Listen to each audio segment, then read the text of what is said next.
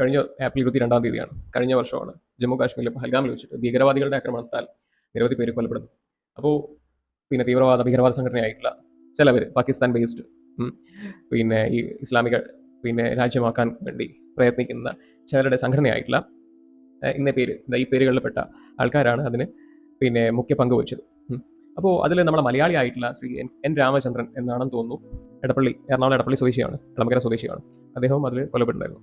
അപ്പോൾ തീർത്തും ഈ മതം നോക്കി കൊലപ്പെടുത്തിയ ഒരു സംഭവമായിരുന്നു. കഴിഞ്ഞ ദിവസം അതിന് സമാനമായിട്ട് മഹാരാഷ്ട്രയിൽ മുംബൈയിൽ വെച്ചിട്ടാണെന്ന് തോന്നുന്നു കലീമ ചൊല്ലാൻ ആവശ്യപ്പെടുകയും എന്നിട്ട് സെക്യൂരിറ്റി ജീവനക്കാരനെയാണെന്ന് തോന്നുന്നു കൊലപ്പെടുത്താൻ ശ്രമിച്ചത്, സ്റ്റാബ് ചെയ്തു, അതായത് കത്തിയോട് കുത്തി രണ്ടുപേരെ. അപ്പോൾ അത് ഞാൻ കണ്ടിട്ടുണ്ട്, ഞാൻ നോക്കട്ടെ ഒരു minute. Mira a day after 31-year-old man was arrested for stabbing 2 security guards at an under construction site in Mira Road on the outskirts of Mumbai.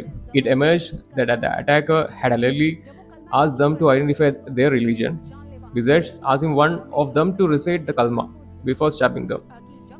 അപ്പോൾ അദ്ദേഹത്തിനെ കോർട്ട് റിമാൻഡ് ചെയ്യുകയും ATSന്റെ കസ്റ്റഡിയിലോട്ട് വിട്ടിട്ടുണ്ട് മെയ് 4 വരെ. സോ അപ്പോൾ ഇതിൽ സെക്യൂരിറ്റി ഗാർഡുകളായിട്ടുള്ള രാജ്കുമാർ മിശ്ര, അതേപോലെ സുബ്രതോ സെൻ എന്ന് പറയുന്ന ആൾക്കാരാണ് ഇതിൽ വിക്ടിം, ഇര. ഇതിൽ വ്യക്തമായിട്ടുള്ള വീഡിയോ എവിഡൻസും മറ്റ് ഫുട്ടേജുകളും ലഭ്യമാണ്. അപ്പോൾ പഹൽഗാമിൽ നടന്നതായിട്ടുള്ള ഈ ഭീകരവാദ പ്രവർത്തനത്തിന് സമാനമായിട്ടുള്ള ഒരു സംഭവമാണ് മുംബൈയിൽ നടന്നിട്ടുള്ളത്. അപ്പോൾ ഇതിനെതിരെ ഞാൻ ശ്രദ്ധിച്ചൊരു കാര്യം, നമ്മൾ ഈ മലയാളം ഈ ടെലിവിഷൻ ചാനലുകളിൽ, ഈ ന്യൂസ് ചാനലുകളിലൊന്നും തന്നെ ഈ ഒരു റിപ്പോർട്ടൊന്നും വന്നിട്ടില്ല, ഇങ്ങനെയുള്ള റിപ്പോർട്ടുകളൊന്നും വന്നിട്ടില്ല. അതായത് എന്താണ് സംഭവം എന്ന് പറഞ്ഞാൽ വളരെ സിമ്പിളായിട്ട് ഞാൻ പറഞ്ഞുതരാം. ഈ മൈനോറിറ്റി ന്യൂനപക്ഷ പ്രീണനം, മൈനോറിറ്റി അപ്പീസ്മെന്റ്, അതിന് വേണ്ടിയിട്ട്, അല്ലെങ്കിൽ വോട്ട് ബാങ്ക് പൊളിറ്റിക്സ്, ഇതൊക്കെ ഒരു കുടക്കയിൽ വരുന്ന സംഗതികളാണ്. അപ്പോൾ അതിനുവേണ്ടി ഈ മാധ്യമധർമ്മം മറന്നുകൊണ്ട് ആൾക്കാർ ചില കാര്യങ്ങൾ കണ്ടില്ലെന്ന് പഠിക്കും. ഇപ്പം ഈ മാധ്യമം മാത്രമല്ല, നമ്മളിവിടുത്തെ രാഷ്ട്രീയ സംഘടനകളെല്ലാവരും അങ്ങനെ തന്നെയാണ്. ഈ വോട്ടിന് വേണ്ടിയിട്ട് അവരെന്ത് ചെയ്യും, ചിലതെല്ലാം കണ്ടില്ലെന്ന് നടിക്കുകയാണ് ചെയ്യുന്നത്. അപ്പോൾ നമ്മൾ ഈ ന്യൂസ് ചാനലുകൾക്കൊക്കെ ഈ അനധികൃത എന്തുണ്ടാവും, ഫണ്ടിങ് വരുന്നുണ്ടാവും. അതിന് ചിലപ്പോൾ അതിന്റെ ഉറവിടം ചിലപ്പോൾ പാകിസ്ഥാനോ മറ്റു അഫ്ഗാനിസ്ഥാനോ മറ്റെവിടെയെങ്കിലും ആയിരിക്കും, നമുക്ക് പറയാൻ പറ്റില്ല. അപ്പോൾ ശരിക്കും ഈ ഇവിടുത്തെ കേരളത്തിലെ നമ്മളെ കേരളത്തിൽ മാത്രമല്ല, നമ്മളെ ഇവിടുത്തെ ഹോസ്പിറ്റലുകൾ അല്ലെങ്കിൽ ഇവിടുത്തെ മീഡിയ ചാനലുകളായിക്കോട്ടെ, എല്ലാം നിയന്ത്രിക്കുന്നത് ഇവിടുത്തെ രാഷ്ട്രീയക്കാരും അല്ലെങ്കിൽ അതിന്റെ പിന്നിൽ ഈ പറഞ്ഞ സംഘടിത മതവിഭാഗക്കാരുമാണ്. കാരണം ഇതെല്ലാം അങ്ങോട്ടും ഇങ്ങോട്ടും പരസ്പരം സഹകരിച്ചു പോകുന്ന ആൾക്കാരാണ്. അപ്പോൾ ഇതിനിടയിൽ പെട്ട് പോകുന്ന സാധാരണക്കാർ അവർ ശരിക്കും മണ്ടന്മാരാണ്. കാര്യത്തിൽ ഇവിടെ നിയന്ത്രിക്കുന്നത്, ഇവിടെ എല്ലാം കാര്യങ്ങളും നിയന്ത്രിക്കുന്നത് പൊളിറ്റീഷ്യന്മാരും ഈ പറഞ്ഞ, അത് ഓരോ ടോപ്പിക്കിനെ ബേസ് ചെയ്തിട്ടാണ്. ചില കാര്യങ്ങളിൽ അതിനെ ഇൻഫ്ലുവൻസ് ചെയ്യാൻ പാകത്തിൽ മതസംഘടനകൾക്കും കൽപ്പുണ്ടാവും. അപ്പോൾ ഇതൊക്കെ ഇന്റർ കണക്റ്റഡ് ആണ്. റിലീജിയൻ, പൊളിറ്റിക്സ്, ഒരു രാഷ്ട്രത്തിന്റെ വളർച്ചയും അല്ലെങ്കിൽ ഈ പറഞ്ഞ കാര്യങ്ങളെല്ലാം അങ്ങോട്ടും ഇങ്ങോട്ടും ഇന്റർ കണക്റ്റഡ് ആണ്.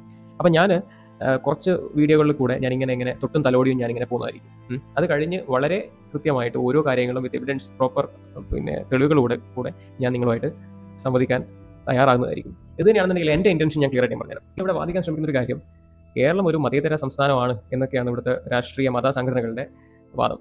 അത് തീർത്തും തെറ്റായിട്ടുള്ളൊരു കാര്യമാണെന്ന് ഞാനത് പ്രൂവ് ചെയ്തുതരാം. അതേപോലെ ഇന്ത്യ ഒരു ജനാധിപത്യ മതേതര രാഷ്ട്രമാണ്. India can't be a secular country any more, or India wasn't a proper secular nation before. India ശരിക്കും പറഞ്ഞാൽ ഡിവൈഡ് ആൻഡ് റൂൾ എന്നുള്ളൊരു പോളിസി പ്രകാരം കീറി മുറിച്ച് ഇപ്പോഴും അതിൻ്റെ പേരിൽ അടിപിടി കൂട്ടുന്ന ഒരു രാഷ്ട്രമാണ്.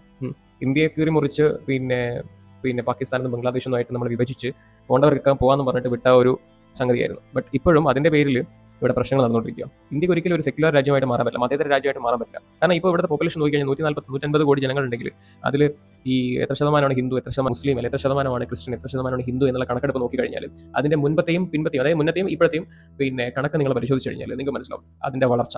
അത് മാത്രമല്ല, അത് എത്രമാത്രം നമ്മളെ സമൂഹത്തിൽ ഇൻഫ്ലുവൻസ് ചെയ്തിട്ടുണ്ടെന്നുള്ളതും ഒക്കെ നിങ്ങൾക്ക് മനസ്സിലാവും.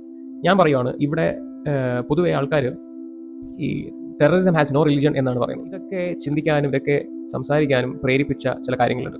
I was completely anti BJP അല്ലെങ്കിൽ പ്രോ കോൺഗ്രസ് സപ്പോർട്ടറായിരുന്നു ഇതിനു മുന്നേ. സോഷ്യൽ മീഡിയ ഇതുള്ളത് കൊണ്ടാണ് ഇത്രയധികം ആൾക്കാരിലേക്ക് കാര്യങ്ങൾ എത്തുന്നത്. അല്ലെങ്കിൽ നമ്മുടെ സമൂഹത്തിൽ നമ്മൾ ചുറ്റും നടക്കുന്ന പല കാര്യങ്ങളും ഈ സോഷ്യൽ മീഡിയ ഉള്ളത് കൊണ്ടാണ് ശരിക്കും പറഞ്ഞ ആൾക്കാർ അറിയുന്നത്. മാധ്യമങ്ങളിലൂടെ നമ്മൾക്ക് കിട്ടുന്ന അറിവുകളും അല്ലെങ്കിൽ ചില നേർക്കാഴ്ചകളുമാണ് എന്നെ ഇത്തരത്തിൽ ചിന്തിക്കാൻ പ്രേരിപ്പിച്ചത്. അതും തീർത്തും ശരിയാണെന്ന് എനിക്ക് ഉത്തമ ബോധ്യമുണ്ട്. അവിടെ പല കണ്ടന്റ് ക്രിയേറ്റർമാരും സംസാരിക്കാൻ താല്പര്യപ്പെടാത്ത അല്ലെങ്കിൽ ഭയന്ന കാര്യങ്ങൾ ഞാനിവിടെ ചർച്ച ചെയ്യുന്നത്. ബാക്കി കാര്യങ്ങൾ നമുക്ക് പിന്നീട് സംസാരിക്കാം.